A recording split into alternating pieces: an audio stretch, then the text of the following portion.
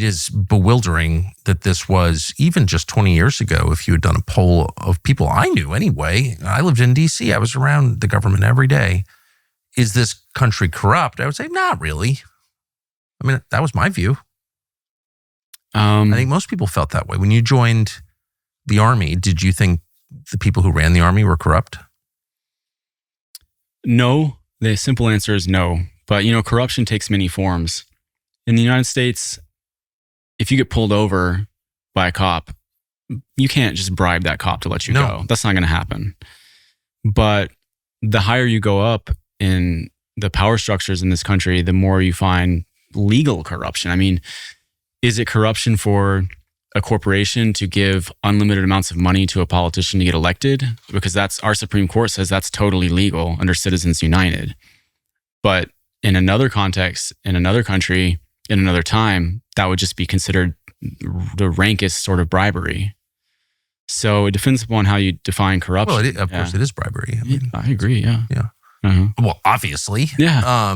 It's a complex question because, do you have a right to tell people to what extent they can support a politician? I don't know. I mean, I think it is complicated, but the effect as it stands right now is politicians are bribed by donors. Mm-hmm. Yeah, Period. absolutely. I mean, that's how we got Ted Cruz. Totally corrupt human being. Yeah, unfortunately, he's my senator. I hope that he has a primary challenger soon.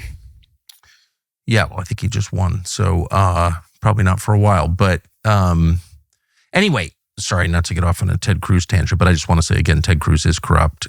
His wife works for Goldman in Texas. And when she pitches clients, I happen to know for a dead certain fact, he goes to dinner with them. So that's corruption. He's corrupt. Well, I'm sure he's looking forward to coming back on your show again after the last time. Anyway, sorry. No, I'm being mean, but it's true. And there's a lot of it. But when it happens in the Senate, you're like, okay, of course Ted Cruz is corrupt. Look at him.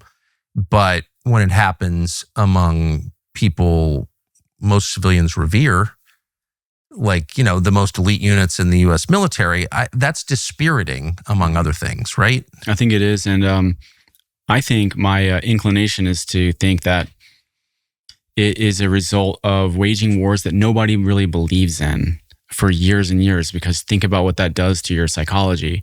When you're engaged in a righteous cause that has widespread societal buy-in, you're going to be constrained by your own sense of yourself as a virtuous actor. And you're going to know that when you're tempted to do things for money or for other motives, that's not consistent with your self-image. And so you don't do it. But when you're fighting for years in wars like Afghanistan that the public just doesn't even pay attention to, and all your allies are drug traffickers and they're raping little boys and that they're trafficking sex slaves, but you're just doing it because you like your work and you like being an elite soldier, then it's easier to take a mercenary attitude towards this and just think it's not going to matter if I skim, $100,000 off the top of the op fund that we have out here in the field, all this cash that we're given, or it's no big deal for me to grab a couple of bricks of this heroin and put it in my Foot Locker and then sell it for $50,000 when I get back to Fayetteville. I hope what you just said is clipped, because that's a perfect summation of what my instincts are, that the more morally corrupt the enterprise is, the more morally corrupt the people participating in the enterprise become. And that's why I spend so much time in the book talking about the wars in which all of this, the context in which this takes place, because it doesn't take place in a vacuum.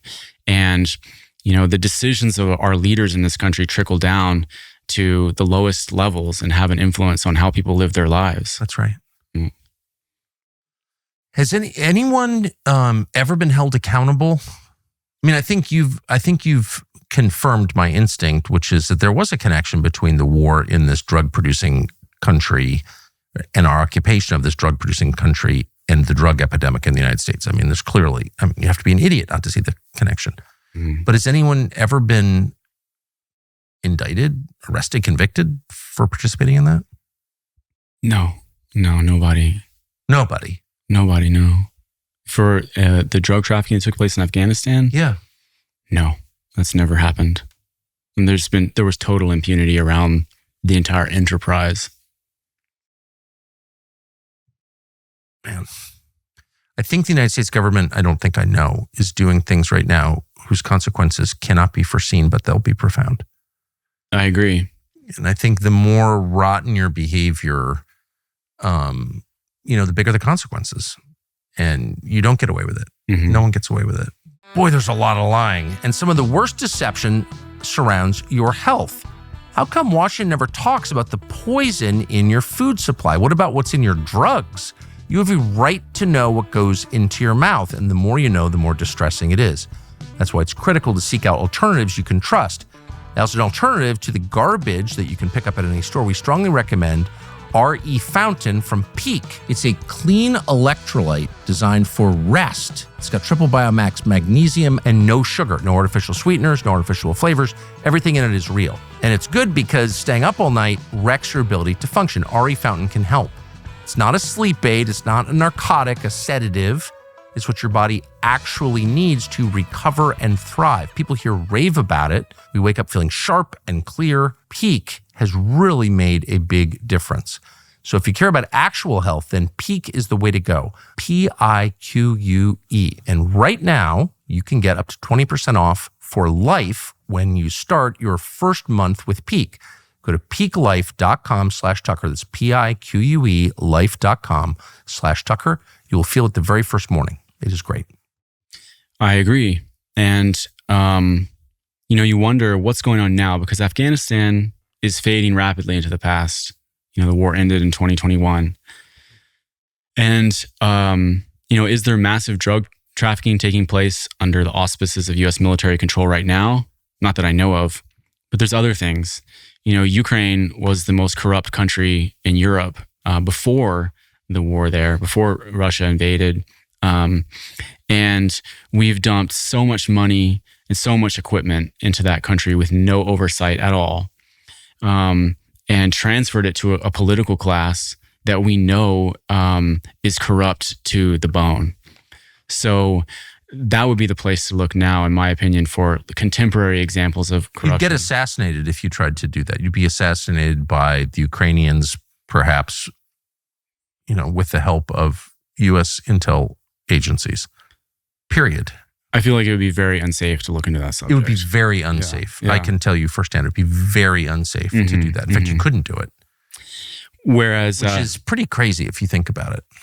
It is crazy. There's a lot of things that are crazy these days. I think that what made it possible to write what I wrote about Afghanistan was something that happened while I was writing the book, not too long ago, in fact, which was that, the Taliban took over after the U.S. withdrew in 21 and then proceeded to do exactly what they had done in the year 2000, 2001, which was to completely eradicate all drugs from the country.